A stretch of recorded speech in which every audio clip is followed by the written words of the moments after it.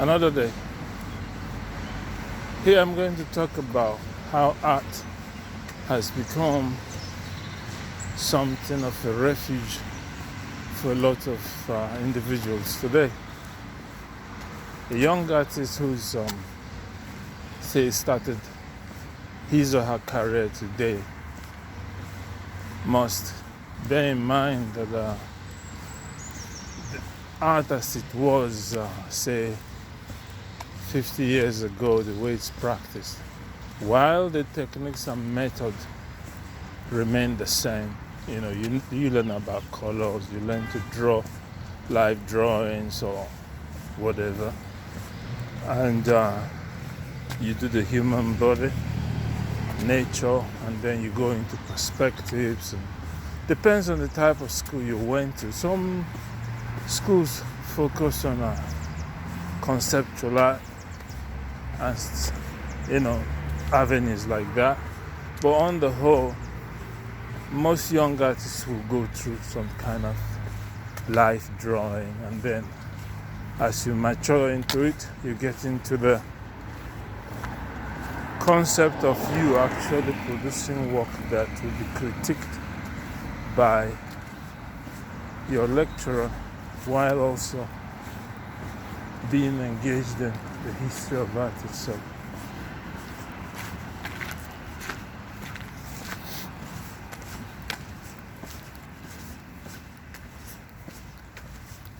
And when you start looking at the history of art itself, the amount of documents available is overwhelming.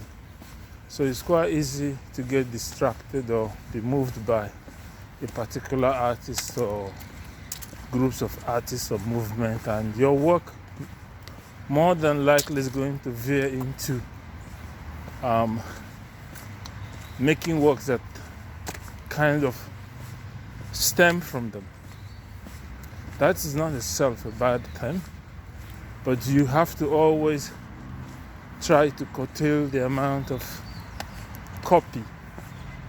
When I mean copy, like art copy, you don't want to make too many versions of the same thing. That is why it's important that you experiment a lot.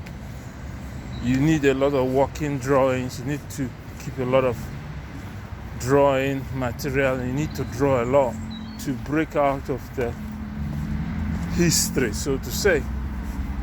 When you do that, you get more freedom. What happens, this happened to me also, is that when you focus too much on the formality of the creation, you're going to get stuck. That doesn't mean the work you're doing is bad, but it's just going to be jaded, because trust me, it's been done 1,000 times even before you did it. So what you need is a break. If you look at the history of a lot of 20th century artists, documented ones, you will see that people like Jackson Pollock, Picasso, and a host of others struggled, fought like hell to break away from the formality of your training or their imagination. So for you, you're also going to face this particular problem. And one of the best ways to tackle it is by constantly drawing. Because I think somehow drawing kind of allows you to dump a lot of the old and outdated mindset that governs most of art. It doesn't mean that drawing formally is wrong or bad, but more like that the formality doesn't serve you because there are other people already doing it. And you don't want to be in a crowd. You want to be able to distinguish yourself from the noise. Hence, you have to tackle the art of drawing all the time. And it doesn't matter what you draw. It doesn't matter what it is. You just have to draw. It kind of releases you from the prison of formality. It's very important. Most artists always fall at that bridge. They always lose because they stop drawing. Most go straight to just creating the work they want, direct to canvas. They draw on the canvas, on the paint, or they draw on the piece of stone, wood, and they start cutting. There's again nothing wrong with that, but sometimes what that does is that it fixes you to formalities. And formalities are the biggest problem most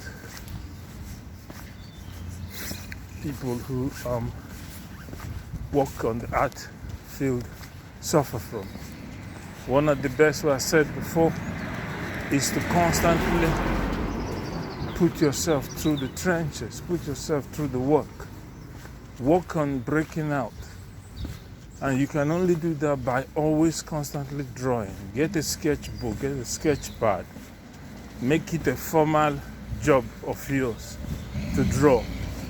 Do not take this technical aspect of art as unnecessary. Sadly, a lot of the,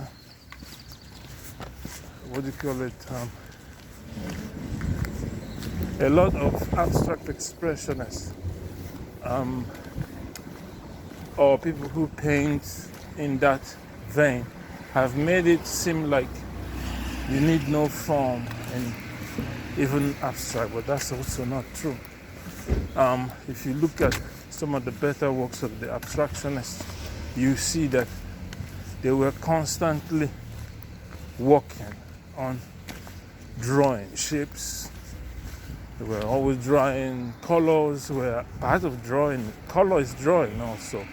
I mean, I'm not saying that drawing must have a form, but drawing in color doesn't have to have a form, but it has to be continuous, rigorous experimentation, exploration, and a kind of discovery. That's what I mean by drawing. Just like if you're a musician, when you practice, you're actually drawing. You're doing exactly the same thing. The art of your practice makes the actual art of the play, in terms of music, very organized, even though people looking at you may think, oh, he just picks up the guitar and just starts playing and he plays what he likes. That's not actually true. You play what you know, or what you don't know, depends on where you're standing from. So the artist in general must take his work seriously, not to the point where there's no fun in it, but seriously in the sense that you have a purpose as to why things happen on your canvas, on your piece of paper, on your wood, on your metal. In land art or in conceptual art, you have to have that rigorousness about it. Don't be fooled by the occasional masterpiece that a painter or artist may happen upon. You will notice that while they might have that one singular piece of work, most of the other things they do pale in comparison. And the reason is because they don't keep working on that magic that brought about the first one. One of the endearing things, one of the lasting legacies of somebody like Picasso is that you can tell, even if you don't like the guy, that he was constantly working on new ideas. Look at his work. I mean, can't argue. The guy, every time he had a new way to draw the same thing, he had a new way to create images that were just quite difficult to do, but somehow, because he always worked, he was able to come up with those images. If you look at some other artists of his ilk, many of them really stuck on one idea all their lives. I mean, with a few exemptions like Matisse and the rest of them. But most of them were basically stuck on the same concept. Although, because they had done it for so long, it has a language of its own. But in terms of moving things forward, it is hard to find more than 2, 3, 4, 5 artists of the past century who were as combative on canvas, on paper, on clay, on whatever, as Picasso. And like I said, there are, without doubt, some great masters out there, but when you just look at what's available, most of them don't tend to move too much from a formal sense in which they develop in their career. And that's, again, not a bad thing. It's just something to take note of as a young artist. None of this is a kind of, while they may be critical, I'm not formalized. I can make a heavy critic on most artists that are around, but that's not the point of this. The point of this video is to just get you thinking about what is possible when you start really using drawing, experimentation, and exploring materials with that draftsmanship of drawing, that inquiry that you get through drawing. Because when you're drawing, what happens, if you look at it, what actually happens is that your mind is trying to empty itself of luggage, of burden, of a weight. Because it is that weight that stops the essence of what you're trying to do. When you're able to unload or offload